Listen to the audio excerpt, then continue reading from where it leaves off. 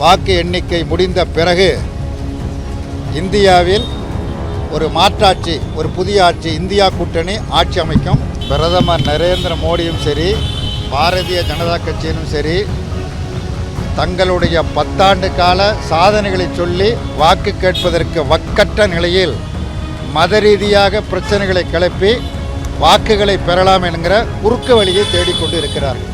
அதாவது நாட்டினுடைய நலன் முக்கியமல்ல, நாட்டு மக்களுடைய நலனும் அவர்களுக்கு முக்கியமல்ல. மத ரீதியான மோதலை உருவாக்கி மக்களை பிளவுபடுத்தி வாக்குகளை பெற்றுவிட வேண்டும் என்கிற குறுகிய சிந்தனையோடு பிரதமர் செயல்படுகிறார், பாஜக செயல்படுகிறது.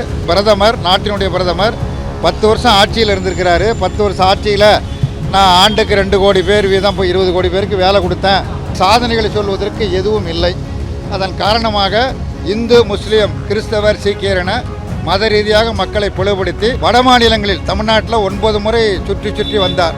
பூனை உரிய சுற்றுவதைப் போல சுற்றி வந்தார். இங்கே எதுவும் கிடைக்கவில்லை.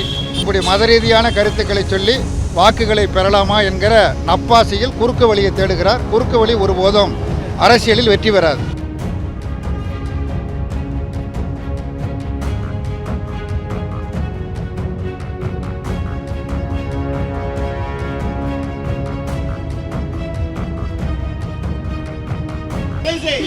பதினெட்டாவது மக்களவைக்கான பொதுத் தேர்தல் 7 கட்டங்களாக நடைபெறும் என்று அறிவித்து முதற்கட்டமாக தமிழ்நாடு, புதுச்சேரி உள்ளிட்ட 40 தொகுதிகளுக்கும் வெற்றிகரமாக நடந்து முடிந்திருக்கிறது. இந்த முதற்கட்ட வாக்குப்பதிவு என்பது இந்தியா கூட்டணிக்கு முதற்கட்டமாக கிடைத்திருக்கிற மகத்தான வெற்றி தேர்தலாகும். தமிழ்நாடு, புதுச்சேரி உள்ளிட்ட 40 தொகுதிகளிலும் இந்தியா கூட்டணியின் சார்பாக நிறுத்தப்பட்ட வேட்பாளர்கள் 40 பேரும் வெற்றி வாகை சூடுவார்கள்.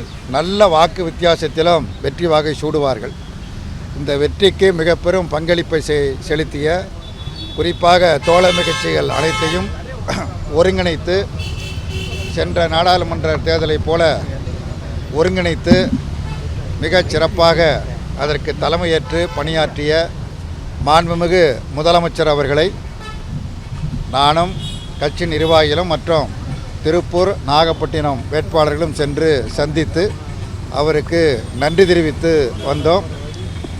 அவரும் 40 தொகுதியிலும் நம்முடைய அணி மிக சிறப்பாக வெற்றி பெறும் என்று தெரிவித்தார். இந்த 40 தொகுதிகளில் முதற்கட்டமாக நடைபெற்றது என்பது தற்பொழுது மற்ற மாநிலங்களில், வட மாநிலங்களில் நடைபெறக்கூடிய தேர்தலில் மிகப்பெரிய தாக்கத்தை ஏற்படுத்தியிருக்கிறது. தமிழ்நாடு, பாண்டிச்சேரியில் 40 தொகுதிகளிலும் இந்தியா கூட்டணி வெற்றி பெறும் என்பது இந்திய அளவில் மற்ற மாநிலங்களிலும் இந்தியா கூட்டணி வெற்றிக்கு வழிவகை செய்திருக்கிறது. ஆகவே இந்த தேர்தல் முடிவு ஜூன் மாதம் 4ஆம் தேதி வாக்கு எண்ணிக்கை முடிந்த பிறகு இந்தியாவில் ஒரு மாற்றாட்சி, ஒரு புதிய ஆட்சி, இந்தியா கூட்டணி ஆட்சி அமைக்கும். பாஜக கூட்டணி என்பது 3ஆம் முறையாக ஆட்சி அமைப்பது என்பது முற்றிலுமாக சாத்தியமல்ல என்பது நிரூபிக்கப்பட்டு இருக்கிறது. ஆகவே இந்த தேர்தலில் இந்தியா கூட்டணிக்கு வாக்களித்த தமிழக வாக்காளர் பெருமக்கள் அனைவருக்கும், வெற்றிக்கு உழைத்த தோழமை கட்சி தலைவர்களுக்கும், குறிப்பாக மாண்புமிகு முதலமைச்சர் அவர்களுக்கும், அதேபோல் இளைஞரணியினுடைய செயலாளர் உதயநிதி அவர்களுக்கும் மற்றும் தோழமை கட்சி தலைவர்களுக்கும், தேர்தலில் இரவு பகல் பாராமல் பணியாற்றிய கூட்டணி கட்சிகளைச் சேர்ந்த தொண்டர்கள் அனைவருக்கும் இந்திய கம்யூனிஸ்ட் கட்சியின் சார்பில் நன்றியை தெரிவித்துக் கொள்கிறேன்.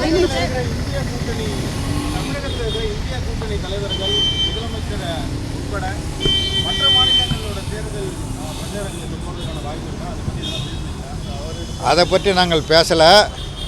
போவதற்கு வாய்ப்புகள் இருக்கலாம், அது வேறு விஷயம். இப்பொழுது நாங்கள் சந்தித்தது கடந்த மார்ச் 22ஆம் தேதி திருச்சி, பெரம்பலூர் தொகுதி வேட்பாளர்களை அறிமுகப்படுத்தி திருச்சியிலே சங்கநாதம் முழங்கி ஏப்ரல் 17 வரை இடைவிடாமல் பிரச்சாரம் செய்த முதலமைச்சருக்கு நன்றி தெரிவிப்பதற்காக சென்று சந்தித்தோம். நன்றி தெரிவித்து வந்திருக்கிறோம். பிரச்சாரம் செய்யும் போது பார்த்தோம்னா இந்துக்களுடைய சொத்துக்களை வாங்கி முஸ்லீம்களுக்கு கொடுப்பாங்க காங்கிரஸ் அப்படிங்கிற மாதிரி ஒரு வெறுப்புள்ள சூழ்நிலையில் பிரச்சாரம் பண்ணியிருக்காங்க. இதை எப்படி பார்க்குறீங்க? பிரதமர் நரேந்திர மோடியும் சரி, பாரதிய ஜனதா கட்சியினும் சரி, தங்களுடைய 10 ஆண்டு கால சாதனைகளை சொல்லி வாக்கு கேட்பதற்கு வக்கற்ற நிலையில் மத ரீதியாக பிரச்சனைகளை கிளப்பி வாக்குகளை பெறலாம் என்கிற குறுக்கு வழியை தேடிக்கொண்டு இருக்கிறார்கள்.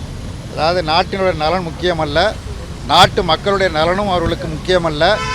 ஏதாவது ஒரு வகையில் மத ரீதியான மோதலை உருவாக்கி மக்களை பிளவுபடுத்தி வாக்குகளை பெற்றுவிட வேண்டும் என்கிற குறுகிய சிந்தனையோடு பிரதமர் செயல்படுகிறார், பாஜக செயல்படுகிறது. நாட்டு மக்கள் நிச்சயமாக இந்த குறுகிய நோக்கத்தை நிராகரிப்பார்கள். இது குறித்து முறையீடுங்கிறது ஒரு பக்கம், மக்கள் இருக்காங்க, அவர்களை காட்டிலும் மக்கள் இதை பற்றியெல்லாம் பரிசீலிப்பாங்க. ஒரு பிரதமர், நாட்டினுடைய பிரதமர் 10 வருஷம் ஆட்சியில் இருந்திருக்கிறாரு. 10 வருஷம் ஆட்சியில் நான் ஆண்டுக்கு 2 கோடி பேர் வீதம் இப்போ 20 கோடி பேருக்கு வேலை கொடுத்தேன், வெளிநாட்டில் இருந்த கருப்பு பணத்தெல்லாம் மீட்டு 15 லட்சம் வங்கி கணக்கில் வர வச்சுருக்கிறேன், விவசாயிகளுடைய பிரச்சனையை தீர்த்திருக்கிறேன், தொழிலாளர் பிரச்சனையை தீர்த்திருக்கிறேன், விலைவாசியை நான் கட்டுப்படுத்தியிருக்கிறேன், பெட்ரோல் டீசல் சிலிண்டர் விலை உயராமல் தடுத்திருக்கிறேன் என்று சாதனைகளை சொல்வதற்கு எதுவும் இல்லை. அதன் காரணமாக இந்து, முஸ்லீம், கிறிஸ்தவர், சீக்கியர் என மத ரீதியாக மக்களை பிளவுபடுத்தி வட மாநிலங்களில் தமிழ்நாட்டில் 9 முறை சுற்றி சுற்றி வந்தார். பூனை உரிய சுற்றுவதைப் போல சுற்றி வந்தார். இங்கே எதுவும் கிடைக்கவில்லை. இப்போ எதுவும் கிடைக்காத நிலையில் வட மாநிலங்களில் போய் இப்படி மத ரீதியான கருத்துக்களை சொல்லி வாக்குகளை பெறலாமா என்கிற நப்பாசையில் குறுக்கு வழியை தேடுகிறார். குறுக்கு வழி ஒருபோதும் அரசியலில் வெற்றி பெறாது. இதுபோன்ற செய்திகளை மேலும் தெரிந்து கொள்ள எங்களது யூடியூப், ஃபேஸ்புக் மற்றும் ட்விட்டர் ஆப்களை சப்ஸ்கிரைப் செய்யவும்.